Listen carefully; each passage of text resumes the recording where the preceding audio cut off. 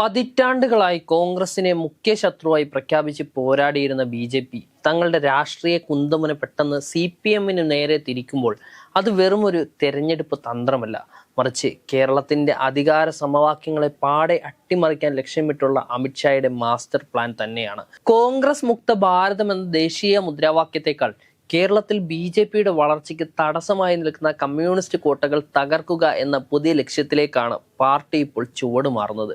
രാജ്യമെമ്പാടും കോൺഗ്രസിനെ ദുർബലമാക്കുക എന്ന നയമായിരുന്നു ഇതുവരെ കേരളത്തിലും ബി.ജെ.പി തുടർന്നിരുന്നത്. എന്നാൽ കേരളത്തിന്റെ പ്രത്യേക സാഹചര്യത്തിൽ കോൺഗ്രസിനേക്കാൾ ബി.ജെ.പിയുടെ വോട്ട് ബാങ്ക് വളർച്ചയ്ക്ക് തടസ്സമായി നിൽക്കുന്നത് CPM-ന്റെ ശക്തമായിട്ടുള്ള കേഡർ സംവിധാനമാണെന്ന തിരിച്ചറിവാണ് ഈ മാറ്റത്തിന് പിന്നിലെ പ്രധാനപ്പെട്ട ചാലശക്തി. ദേശീയ തലത്തിൽ നക്സൽ സ്വാധീനം പാടെ ഇല്ലാതാക്കുക എന്ന നയത്തിന്റെ ഭാഗമായാണ് കേരളത്തിൽ കമ്മ്യൂണിസ്റ്റ് പാർട്ടികളോടുള്ള സമീപനത്തിൽ ബി.ജെ.പി മാറ്റം വരുത്തിയിരിക്കുന്നത്. കേരളത്തിൽ ഇടതുപക്ഷ പ്രസ്ഥാനങ്ങൾ നക്സൽ വിരുദ്ധ നിലപാടുകൾ സ്വീകരിക്കുന്നു എന്ന് പുറമെ തോന്നിപ്പിക്കുമെങ്കിലും ആശയപരമായി അവർ ഇത്തരം തീവ്ര ഇടതൻ ചിന്താഗതിക്കാരോട് മൃദു സമീപനം പുലർത്തുന്നുണ്ടെന്നാണ് കേന്ദ്ര നേതൃത്വത്തിന്റെ വിലയിരുത്തൽ. വയനാട് അടക്കമുള്ള മലയോര മേഖലകളിൽ നക്സൽ സാന്നിധ്യം ഇപ്പോഴും നിലനിൽക്കുന്നതിന്റെ കാരണം ഇടതുപക്ഷത്തിന്റെ തണലാണെന്ന് ബി.ജെ.പി അന്ധമായി അങ്ങ് വിശ്വസിക്കുകയാണ്. കമ്മ്യൂണിസ്റ്റ് പാർട്ടികളെ നക്സൽ തീവ്രവാദവുമായി ബന്ധിപ്പിച്ചുകൊണ്ട് ജനങ്ങൾക്കിടയിൽ പ്രചരണം നടത്താനാണ് അമിത്ഷാ നൽകിയിരിക്കുന്ന പുതിയ നിർദ്ദേശം. ഇതിലൂടെ കമ്മ്യൂണിസ്റ്റ് വിരുദ്ധ വോട്ടുകൾ ഏകീകരിക്കാനും ദേശീയ സുരക്ഷ മുൻനിർത്തി വോട്ടർമാരെ സ്വാധീനിക്കാനും ബി.ജെ.പി ലക്ഷ്യമിടുകയാണ്. കഴിഞ്ഞ നിയമസഭാ തിരഞ്ഞെടുപ്പിൽ പലയിടത്തും ബി.ജെ.പിയും CPM-ഉം തമ്മിൽ അവിശുദ്ധ ബന്ധമുണ്ടെന്ന ആരോപണം കോൺഗ്രസ് ശക്തമായി ഉന്നയിച്ചിട്ടുണ്ടായിരുന്നു. ചില മണ്ഡലങ്ങളിൽ ബി.ജെ.പി വോട്ടുകൾ CPM-ന് മറിഞ്ഞതായും പകരമായി ബി.ജെ.പിക്ക് ചിലയിടങ്ങളിൽ സഹായം ലഭിച്ചതായും രാഷ്ട്രീയ നിരീക്ഷകരും വിലയിരുത്തിയിട്ടുണ്ടായിരുന്നു. തൃശൂരിൽ സുരേഷ് ഗോപി നേടിയ വിജയം ഇത്തരം നീക്കുപോക്കുകളുടെ ഫലമാണെന്ന സംശയം ഇന്നും നിലനിൽക്കുന്നുണ്ട്. എന്നാൽ ഇനി മുതൽ ഇത്തരം രഹസ്യധാരണകൾ വേണ്ടെന്ന കർശന നിർദ്ദേശമാണ് കേന്ദ്രം സംസ്ഥാന നേതൃത്വത്തിന് നൽകിയിരിക്കുന്നത്. പിണറായി സർക്കാരിനെതിരെ അഴിമതി ആരോപണങ്ങളിലും സ്വർണ്ണക്കടത്ത് കേസിലും കേന്ദ്ര ഏജൻസികൾ സ്വീകരിച്ച മൃദു സമീപനം പാർട്ടി അണികൾക്കിടയിൽ വലിയ അതൃപ്തി ഉണ്ടാക്കിയിട്ടുണ്ടായിരുന്നു. ശബരിമല സ്ത്രീ പ്രവേശന വിഷയം പോലുള്ള വൈകാരിക വിഷയങ്ങളിൽ പോലും ബി.ജെ.പി വേണ്ടത്ര ചടുലമായിട്ടുള്ള സമരമുറകൾ സ്വീകരിച്ചില്ലെന്ന ആക്ഷേപം തിരുത്താനാണ് പാർട്ടി ഇപ്പോൾ ശ്രമിക്കുന്നത്. കോൺഗ്രസിനേക്കാൾ CPM-നെ ശത്രുവായി കാണുന്നതിന് ബി.ജെ.പിക്ക് കൃത്യമായിട്ടുള്ള ഒരു കണക്ക് കൂട്ടലുണ്ട്. കേരളത്തിലെ കോൺഗ്രസിന്റെ അടിത്തറ പ്രധാനമായും ന്യൂനപക്ഷ സമുദായങ്ങളാണ്.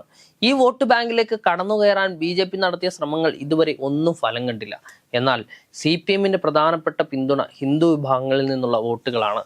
കേരളത്തിലെ ഏറ്റവും വലിയ ഹിന്ദു പാർട്ടി യഥാർത്ഥത്തിൽ CPM ആണെന്ന നിരീക്ഷണം അമിത്ഷായ്ക്കുണ്ട്. ഹിന്ദു വോട്ടുകളിൽ ഭൂരിഭാഗവും കൈവശം വെച്ചിരിക്കുന്ന CPM-നെ തകർത്താൽ മാത്രമേ ബി.ജെ.പിക്ക് കേരളത്തിൽ ഒരു നിർണായക ശക്തിയായി വളരാൻ സാധിക്കൂ.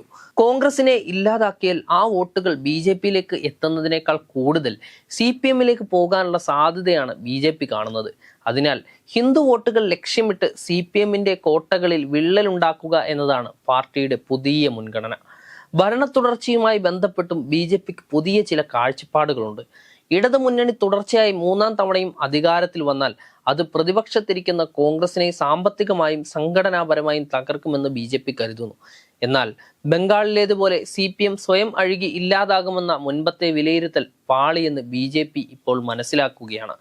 കേരളത്തിൽ CPM ഭരണം ഉപയോഗിച്ച് തങ്ങളുടെ കേഡർ സംവിധാനം കൂടുതൽ കരുത്തുറ്റതാക്കുകയാണ്.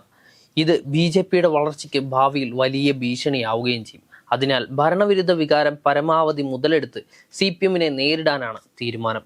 ഇടതുപക്ഷ സർക്കാരിന്റെ അഴിമതികൾ, മുഖ്യമന്ത്രിയുടെ കുടുംബത്തിനെതിരെയുള്ള ആരോപണങ്ങൾ, ക്രമസമാധാന നിലയിലെ തകർച്ച എന്നിവ മുൻനിർത്തി വരും ദിവസങ്ങളിൽ ബി.ജെ.പി വലിയ പോരാട്ടങ്ങൾക്ക് തുടക്കം കുറിക്കും.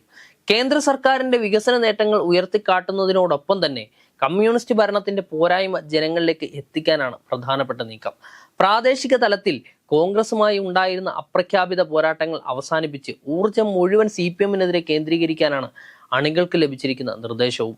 കേരളത്തിലെ ഒരു ദ്വിമുഖ മത്സരത്തിൽ നിന്നും ത്രികോണ മത്സരത്തിലേക്ക് കാര്യങ്ങൾ എത്തിക്കാനല്ല, മറിച്ച് CPM-ന്റെ പ്രധാന ബദലായി സ്വയം പ്രതിഷ്ഠിക്കാനാണ് ബി.ജെ.പി ശ്രമിക്കുന്നത്. കോൺഗ്രസിനെ അപ്രസക്തമാക്കി കേരള രാഷ്ട്രീയത്തെ ബി.ജെ.പി വേഴ്സസ് CPM എന്ന നിലയിലേക്ക് മാറ്റിയെടുക്കുക എന്നതാണ് അമിത്ഷാ വിഭാവനം ചെയ്യുന്ന ദീർഘകാലാടിസ്ഥാനത്തിലുള്ള പുതിയ തന്ത്രം.